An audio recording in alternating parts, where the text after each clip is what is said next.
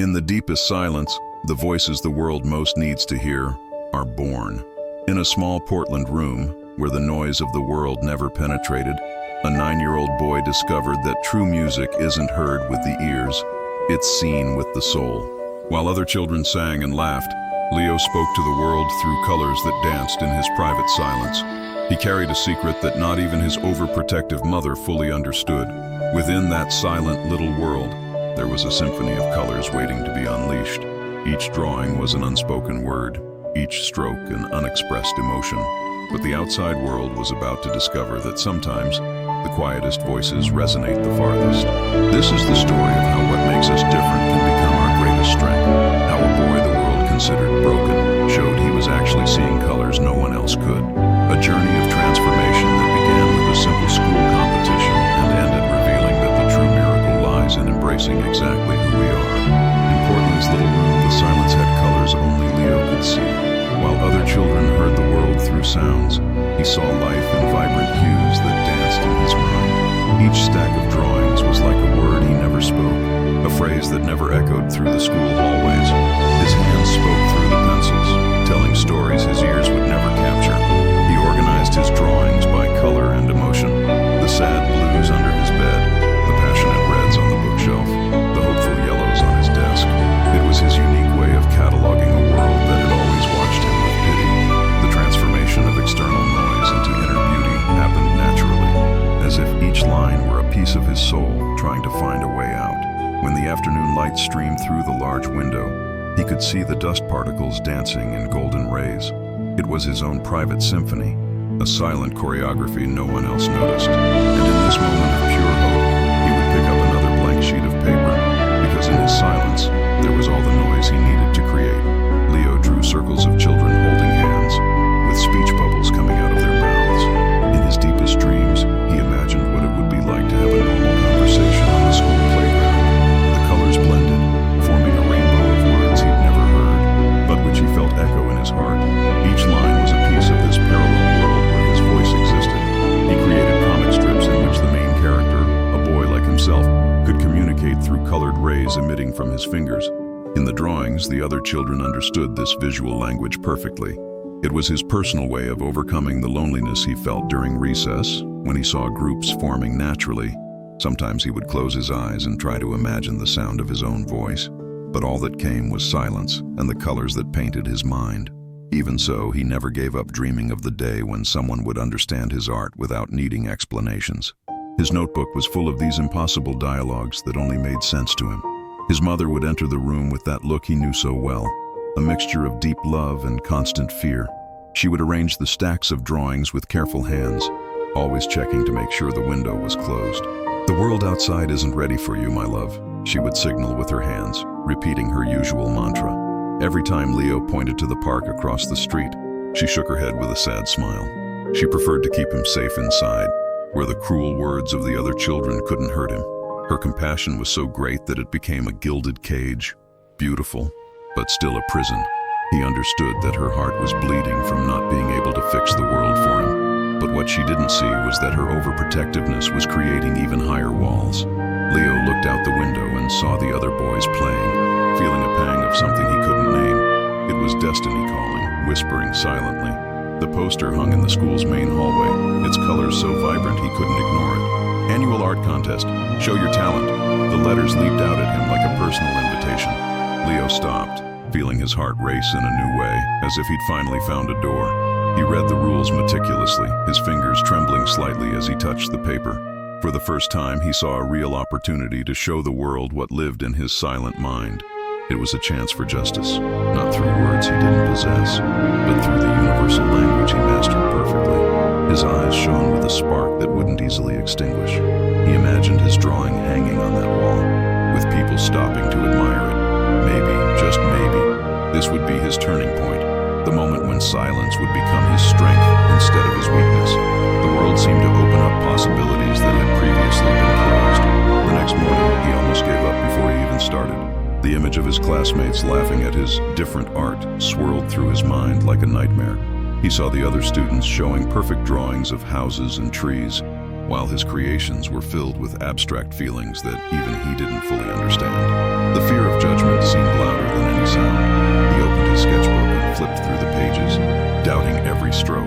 Would people understand the waves of color pouring from a silent mouth? Or would they just see another scribble from a deaf child? His hands sweated as he held the pencil, courage slipping through his fingers like sand. It was easier to remain safe in anonymity, but then he looked at the self-portrait he'd started. The boy surrounded by colorful music no one could hear. There was a truth in that drawing that hurt, but also liberated. He took a deep breath and decided that, even though he was afraid, he would try, because the only thing worse than failing would be never having tried at all. Mr. Harris noticed the boy's hesitation as soon as he entered the art room. While the other students laughed and joked, Leo stood in the corner, caressing his drawing folder as if it were a fragile treasure. The teacher approached slowly, making sure Leo saw his face before he began signing. He knew the basics of sign language precisely because of the boy. "Your vision is unique, Leo," he signaled with his hands, then pointed to the drawings. "The world needs to see what you see." His simple words carried a weight of genuine truth that made the boy's eyes fill with tears. It was the first time an adult at school had looked at him, not with pity, but with genuine admiration. The professor picked up one of the abstract drawings, the one with the colored sound waves, and studied it for a long minute. Then he looked into Leo's eyes and smiled, one of those smiles that reached all the way to his eyes. "This," he pointed to the colors, "this is pure emotion. That's what great art does, speaks directly to the soul." That night, with the table light casting dancing shadows across the room, Leo immersed himself in the most important drawing of his life. His hands moved with newfound determination, blending colors he hadn't even known he possessed. The self-portrait took shape, his face surrounded by bursts of light representing all the sounds he'd never heard. He worked like a man possessed, forgetting dinner, forgetting the time, forgetting even his own silence. Every stroke was a liberation, every color a confession. The waves pouring from his mouth were no longer of sadness, but of power, the unique beauty of his perspective on the world. This was his transformation happening in real time. When he finally put the pencils down, tears were dried on his face. There he was, complete and complex, in all his silent glory. For the first time, he saw himself not as disabled, but as different in a special way. The drawing captured his essence, a boy whose inner world was so vibrant it needed no sound. The morning of the submission, he woke with a knot in his stomach. The drawing now seemed too silly, too pretentious. Who did he think he was to believe he could compete with listening children? His hands trembled as he picked up the folder, imagining the judges scratching their heads in confusion at his strange art. Doubt whispered that he should keep his world safe inside his room. He nearly tore the drawing into tiny pieces. It would have been easier to say he'd lost his job or gotten sick. The fear of failure was a physical weight on his shoulders, heavier than any silence he'd ever carried. His mother looked at him with concern, but said nothing. She knew this battle was his alone to fight. But then he remembered Mr. Harris's words and the gleam in the teacher's eyes.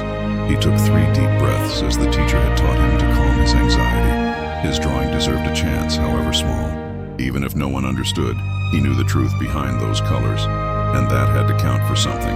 He walked to the submission table with steps that felt like cement. Each step echoed through his body like a drum he'd never heard before. His hands were sweating so much he almost dropped the folder. He watched the other students submit their work with confident smiles, while his heart pounded so hard it almost hurt. In line, a girl looked at her folder and grimaced. Leo felt his face heat up, but he maintained his composure. Mr. Harris was at the table, and when he saw Leo, he nodded in silent approval. It was a small gesture, but enough to keep him moving forward in line, even when his legs were shaking. When he finally placed the folder on the table, he felt a strange lightness, as if he had released a weight he had carried for years. It didn't matter what happened next. He had faced his fear and taken his first step into the unknown. His quiet courage spoke louder than any doubt. The next few days were filled with silent agony. Every time he passed the hallway where the finalists would be announced, his stomach churned. He watched the other students show off sketches and drafts, talking excitedly about techniques and inspirations. Leo simply watched, feeling like an outsider in his own school. He began to notice how groups formed naturally, conversations flowing easily. His loneliness never felt so vast as in those days of waiting.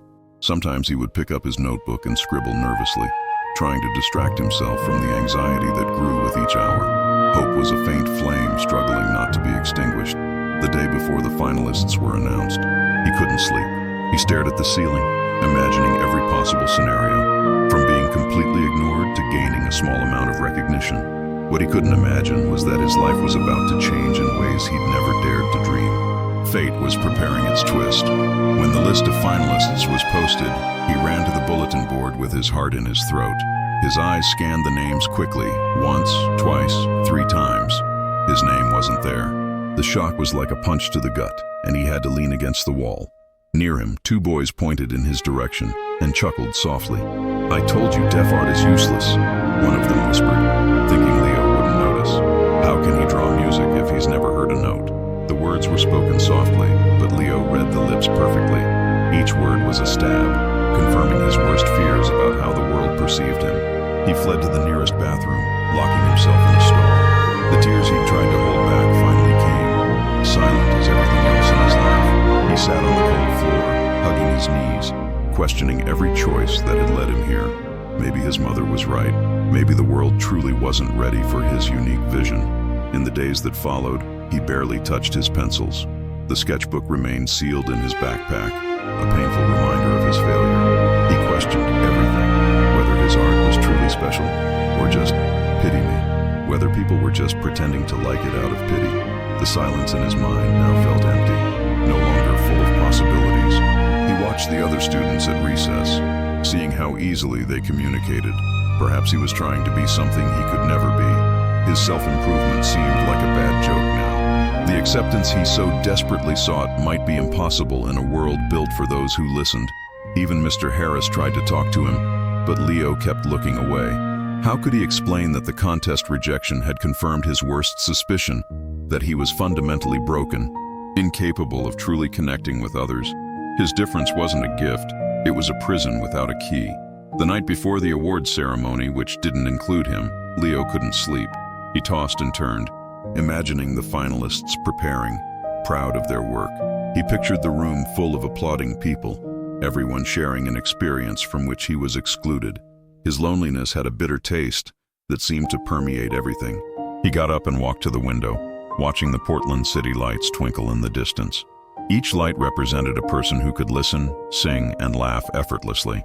The world outside was a party he'd never receive an invitation to. The fear of judgment he'd so dreaded had transformed into the painful reality of oblivion. He took his competition drawing, the one he'd created with such hope, and put it in the drawer under his old clothes. That's where it belonged, just as he belonged in the shadows, not on the stage. The transformation he'd imagined was just another childhood fantasy that would never come true. On the morning of the ceremony, he woke up genuinely nauseous. His mother placed a worried hand on his forehead, and Leo seized the opportunity. He signaled that he wasn't feeling well, that perhaps it would be best to stay home. It was true. His soul was sick with disappointment, and every fiber of his being begged to escape the public humiliation. His mother stared at him for a long moment, her wise eyes seeming to see through the charade, but she only nodded, saying she would stay home with him. Leo felt a pang of guilt at the tired look on her face. She had bought a new dress for the occasion, hopeful as always. His redemption seemed ever more distant. As she left to cancel her plans, Leo glanced at the invitation Mr. Harris had given him as a special spectator.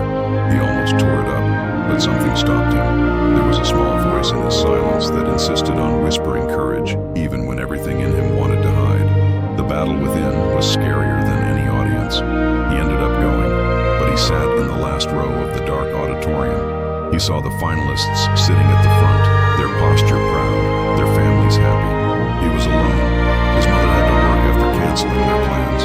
Every applause for the other participants was a reminder of his failure, every smile a stab. As the winners were announced, he watched others take the stage, receiving medals and handshakes. The silence around him felt different now, no longer his refuge, but his solitude amplified. He shrank back in his chair, wishing he could disappear, becoming as invisible as he felt. It was then that the director made a surprise announcement. There was a special category no one knew about, judged by a mysterious guest. Leo barely paid attention, too busy trying to control the tears that threatened to fall. He didn't notice the special judge's eyes scanning the auditorium, searching for someone. Suddenly, Mr. Harris was at his side, gesturing urgently. "Leo, your name!" he signed, pointing to the stage.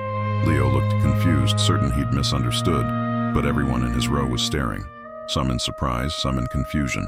His heart stopped for a second when he heard his name echo over the PA system. He froze, unable to move. This had to be a mistake, some kind of cruel joke. But Mr. Harris gently tugged at his arm, and he found himself walking down the center aisle, every head turning to look at him. His legs felt like jelly, and the world slowed to a crawl. It was on this endless walk to the stage that he had his moment of clarity. He saw the curious, confused, and even disdainful faces, and understood something fundamental. They would never see the world as he did. His unique perspective wasn't a handicap. It was a gift few possessed. The transformation began there, in those faltering steps. As he walked onto the stage, he noticed details others missed. The shadow of doubt on the head judge's face, the way the light reflected off the medals, the pattern of the woodwork on the floor.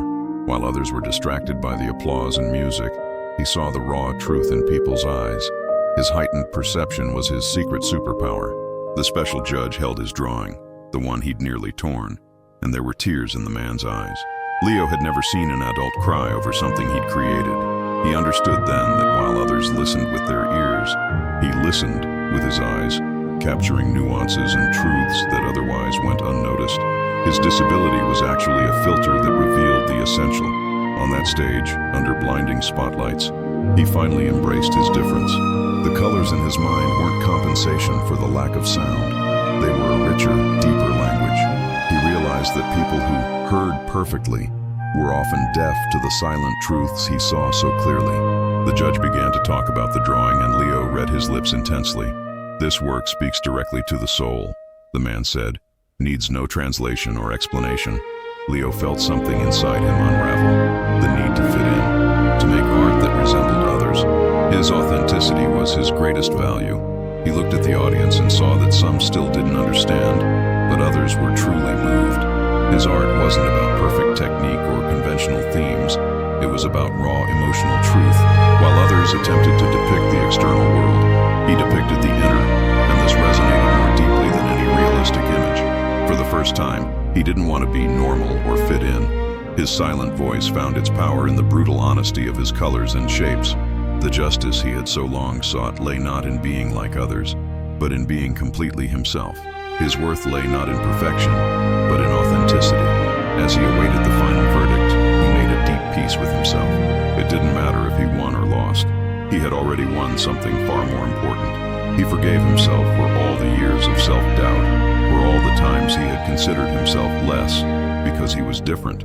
His inner voice finally spoke in its true tone. He looked at his classmates who laughed at him and felt compassion, not anger. They were trapped in a world of superficiality, while he swam in depths he hadn't even known existed. His self-acceptance was a kind of redemption no external reward could provide. It was freedom finally achieved. When the judge turned to him with the results, Leo already felt complete. His journey of self-acceptance had reached its climax there. On that stage, he no longer needed the approval of others. He had his own, and that was a victory no one could take away from him, no matter the outcome. The special judge began to explain why he had chosen Leo's drawing. This work shows what many of us forget, that true communication goes beyond words. Leo watched, feeling the colors in his mind become more vivid than ever. His silent world wasn't empty. It was full of nuances others were too quick to notice. He looked at the audience through a new lens. The expressions I'd previously seen as judgment now seemed like genuine curiosity. People were learning something through him, through his art. His difference wasn't a barrier, but a bridge to deeper understanding. The miracle was realizing that his unique vision could teach others. In that moment of total clarity, he understood that perhaps the people who heard perfectly were the ones who were truly deaf, deaf to the silent beauty around them, to the unspoken truths, to the music of colors. His transformation was complete, from victim of silence to its master. When his name was announced as the winner of the special category, the world stopped for a second. The sound of applause was a physical vibration he felt in his chest. That's what happiness sounded like. He accepted the trophy with trembling hands, feeling the solid weight of recognition. It was real, not a dream. His mother appeared on the side of the stage, crying and filming with her phone. She hadn't been able to stay away after all. Her pride brimmed with every tear, and Leo understood that she had never doubted him. She had simply protected him from a world she didn't fully understand. His victory was hers too. As he held the trophy, he saw some of his colleagues who had previously laughed, now applauding, some even standing. It wasn't about revenge or proving a point, but about hope realized.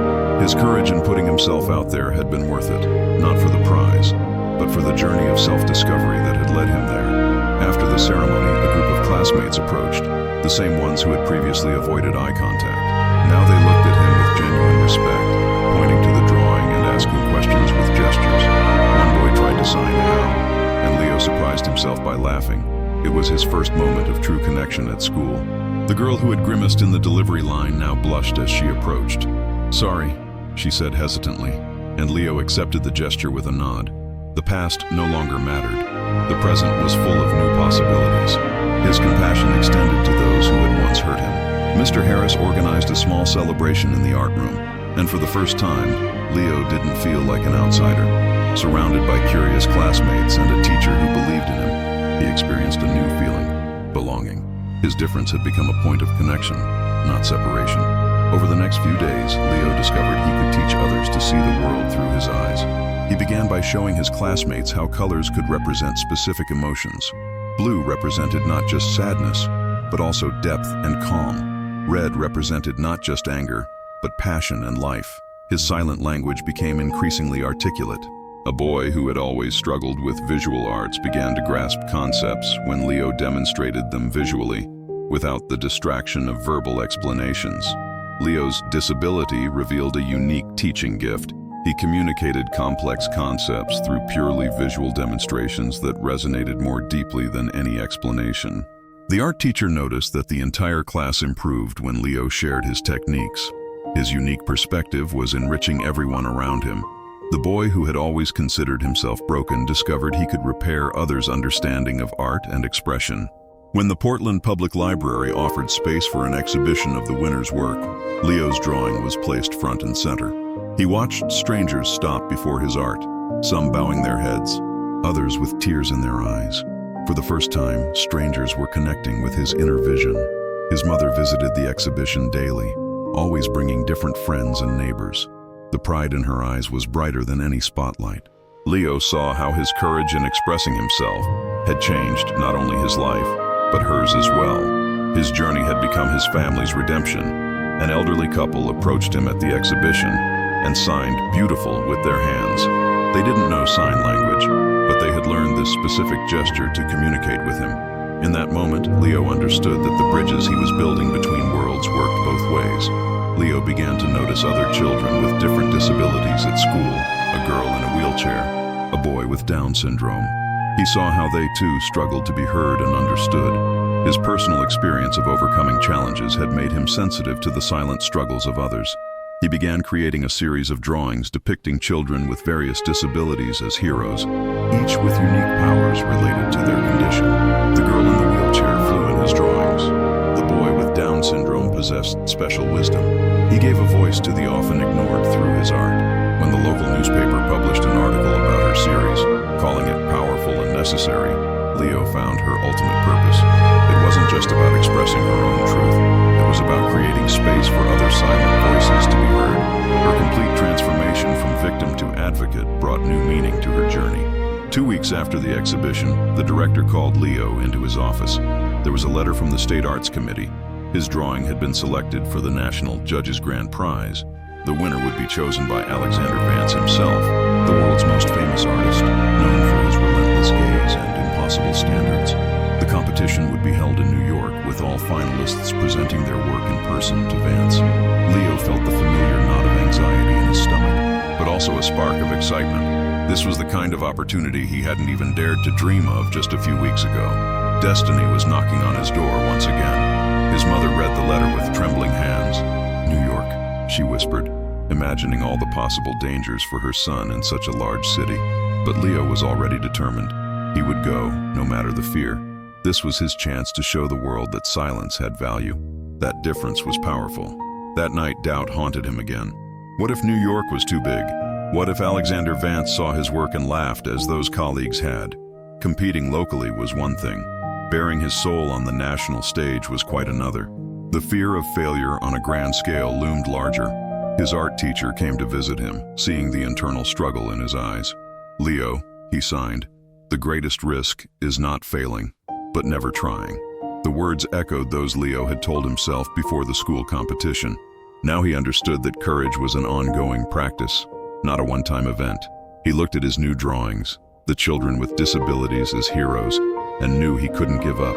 His voice had become stronger than his fear. If he didn't compete, he would be betraying not only himself, but all the children who now saw themselves represented in his art. The choice had become clear. The trip to New York required sacrifices his family could ill afford. His mother used her savings. Mr. Harris organized a school fundraiser, and even some of his classmates, who had previously laughed at him, contributed. Leo felt the weight of everyone's expectations, but also the warmth of their support. He was not alone on this journey. In the days leading up to the trip, he practiced explaining his art without words. He developed a purely visual presentation, telling his story through sequences of drawings. His silence had become his strategy, not his limitation. Each sacrifice he made strengthened his determination to represent well all who believed in him. On the plane to New York, gazing at the clouds below, he made peace with his fears. He understood that sacrifice was a necessary part of any meaningful transformation. He was ready to face the judgment of the world's most famous artist because he finally believed in the value of what he had to offer. The New York Salon was immense, filled with bright lights and important people. Leo looked at the other finalists, all from specialized art schools, with professional portfolios and confident postures. He held his simple briefcase with sweaty hands, feeling small and out of place in the grand space. When Alexander Vance entered, the air seemed to drain from the room. The man was a living legend, and each of his steps echoed with authority. Vance walked quickly through the works, his expression unreadable, until he stopped in front of Leo's drawing. His face revealed nothing, but he didn't move. Leo took a deep breath, preparing for his silent presentation. He showed the sequence of drawings he had created. First his self-portrait with the colorful sound waves, then the other children with disabilities as heroes. Finally, an image of all their hands coming together in vibrant colors. His hands trembled slightly, but his message was clear.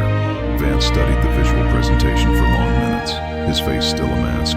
Leo felt the silence in the room deepen, each second feeling like an hour. He looked at the other finalists, saw their technically perfect work, and a strange peace descended upon him. The result didn't matter. He had shown his truth. It was then that Leo realized the true victory had already happened. From the child who nearly tore up his drawing out of fear, he had transformed into the young man who faced one of the world's most famous artists. His journey of overcoming was complete, regardless of the final verdict. His inner recognition shone brighter than any trophy. When Vance finally turned to him, Leo maintained eye contact, unafraid. He no longer needed anyone's validation. He had already validated himself through his courage. The transformation in his spirit was the ultimate prize, and no one could take that away from him. Alexander Vance neither applauded nor smiled. Instead, he picked up Leo's original drawing, the one with the colored sound waves, and held it to his chest. His eyes, previously unreadable, now glistened with unshed tears. The entire room held its breath, stunned by the famous judge's unusual reaction. "This is the most honest art I've ever seen," Vance said, his husky voice carrying a weight that silenced even the most skeptical. "It's not about technique or training. It's about pure truth." He looked at Leo not as a judge to a competitor, but as an artist to another, recognizing something fundamentally authentic. Vance pointed to the colorful waves coming out of the character's mouth. "These aren't just colors," he announced to the audience. "They're all the unspoken words, all the unheard music, all the beauty the rest of us are too noisy to perceive." In that moment, Leo knew he had finally been completely understood. The famous artist then did something no one expected. He knelt down to Leo's eye level. "Do you know why I understand your art so deeply?" he asked. And before Leo could answer, Vance continued, "Because I too grew up being called different. My teachers said I saw the world askew." Vance revealed that he had severe dyslexia and had been ridiculed for years for his inability to read like others. "They said I would never be an artist because I couldn't even follow simple instructions," he shared, creating a moment of genuine compassion that bonded the two through time and experience. "But our difference," Vance signaled to Leo and then to himself, "is where our unique strength lies." The revelation wasn't just about their disabilities, but about how they had shaped them into artists who saw the world through lenses others hadn't even known existed. As Vance spoke, Leo scanned the room for the other finalists. Where once he had seen intimidating competitors, he now saw fellow artists respect. One boy who had submitted a technically perfect oil painting nodded in acknowledgement, his eyes saying, "I understand," without words. The professors and judges in the back of the room whispered to each other, but not about pity or disability. They discussed the concept of inclusive art and how Leo's perspective had opened their eyes to new creative possibilities. His difference was no longer seen as a limitation, but as an expansion of what art could be. As the finalists gathered for a group photo, several approached Leo, not out of obligation, but out of genuine interest. One girl showed him her own work on the tablet, pointing out how his courage had inspired her to be bolder in her own artistic choices. Leo was no longer the deaf boy. He was simply the artist. Alexander Vance stood and addressed the main microphone, his voice now firm and charged with conviction. "For too long, the artistic community has valued only one kind of vision," he declared, looking directly at Leo. "But today we witness the power of a truly unique perspective." The artist then announced that he was establishing a lifetime scholarship at his art academy, the Single Vision Scholarship, and that Leo would be its first recipient. "The world needs your vision, Leo," he said, his serious eyes conveying the depth of his offer. "We need to learn to see through your eyes." The scholarship would cover not only his art education, but also materials, personal mentoring with Vance himself, and even travel to study different art forms around the world. It was more than Leo had ever dreamed. It was a complete transformation of his future, a validation that his unique path had immense value. On his first morning at Vance Academy, Leo arrived early, clutching his new professional artist's briefcase. The campus was everything he'd imagined. Art rooms filled with natural light, students chatting animatedly, and everywhere, works of art that defied perception. For the first time, he didn't feel out of place. His personal mentor was a former Vance student who was also hearing impaired. Alexander believes that the greatest innovations come from those who see the world differently. He signed to Leo as they showed him around the studio that would become his. For the first time, Leo was in an environment where his difference was not accommodated, but celebrated. During their first class, the teacher asked them to create something that represented the sound of silence. While other students struggled with the paradoxical concept, Leo simply got to work. His hands moved with newfound confidence, creating colors that danced in silent harmony. He had finally found his place in the world. That late afternoon, sitting in his new studio, Leo opened his art journal. He wrote in carefully drawn letters, "I've learned that our greatest strength lies precisely in what makes us different, not in what makes us the same." Each word was a testament to his journey from that quiet room in Portland to this new life. Below the words, he drew a picture of several children, each with a unique ability. One saw vibrant colors, another heard invisible music, another felt the stories objects told. Their differences didn't isolate them, but united them in a richer tapestry of human experience. Overcoming their own limitations had become their greatest lesson. Looking out the studio window at the sunset over New York, Leo understood that his story wasn't about overcoming deafness, but about embracing his unique vision. The world needed people who saw differently, heard differently, and felt differently, because it was from these differences that true innovation and beauty were born. Leo returned to Portland during the holidays, not as the shy boy he once was, but as a young artist with purpose. He visited his old school, where the principal organized a special assembly. There were the same classmates who had laughed before, now looking at him with genuine admiration. He specifically sought out the boy who had provoked him the most and extended his hand, not in anger, but in understanding. "Thank you," he signed, and then wrote on his tablet, "You taught me that people's fear comes from misunderstanding, not malice." The boy blushed, but then smiled, a moment of redemption for both of them. His old art teacher cried as she hugged him. "You taught us more than we taught you," she signed with trembling hands. Leo understood then that his forgiveness wasn't about forgetting the past, but about transforming it into something that could heal everyone. That summer, Leo and Mr. Harris created the Art for All Voices program at the school. They equipped the art room with sensory stations, tactile materials, and visual instruction. Children with various disabilities discovered they had something valuable to express, each in their own way. An autistic girl who never spoke in class began creating intricate sculptures that told complex stories. A blind boy explored art through textures and sounds. Leo saw how his personal journey now created space for others to find their unique voices. His legacy lay not in fame, but in real impact. Alexander Vance flew to Portland for the program's official inauguration. "This is exactly what art should be," he announced to the local press. Inclusive, diverse, and honest. The program has become a model for schools across the state, proving that transformation begins with a single person willing to make a difference. Leo now navigated fluently between two worlds, the hearing community and the deaf community. In his art, he fused both experiences, creating works that resonated universally. His paintings depicted signing hands in vibrant colors, while his sculptures embodied both silence and sound. He began giving lectures in both languages, speaking when necessary, signing when appropriate, always using his art as a bridge between the two worlds. He discovered that some truths were best expressed in silence, others in words, but the most profound, always through art. At the opening of his first solo exhibition in New York, he saw people from all communities, both hearing and deaf, united before his works.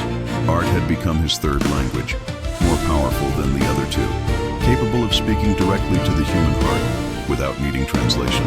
At the end of the year, Leo returned to his old elementary school, where it all began. In the same art room where he had almost given up, he now taught a workshop for young children. He saw his own fears reflected in the eyes of some of the students, and his hope was reborn with each child he encouraged. "Sometimes we need to be silent to truly listen," he wrote on the board, "and what we hear in silence can change the world." The children watched in fascination as his hands transformed that silence into colors that danced across the blank page. A little deaf girl approached him after class, holding a drawing of a flower with petals shaped like hands, signaling love. She looked at Leo with absolute admiration, seeing in him the future that could be hers too. Leo understood then that his true destiny was not to be famous, but to be a bridge between worlds, between people, between possibilities. Leo's story reminds us that each of us carries within us a unique perspective, a special way of seeing the world that no one else possesses. How many times have you felt different or inadequate because you don't fit the standards others have set for you? What if this difference is actually your greatest gift, waiting to be discovered? Just as Leo found the courage to share his art with the world, what part of you is waiting to be expressed? What unique talent are you hiding for fear of judgment? The journey of overcoming obstacles begins with a single step, the step of believing that your voice deserves to be heard, no matter how silent it may seem. This isn't just the story of a deaf boy who won an art competition. It's a reminder that the barriers that seem to limit us can become the bridges that take us further. What transformation do you need to embrace today? What fear do you need to face to discover the miracle that exists in your own unique story? If this journey touched your heart, subscribe to our channel and turn on notifications. We have many more stories of hope and courage to share, because everyone has a voice that deserves to be heard, even if it speaks through silence or color.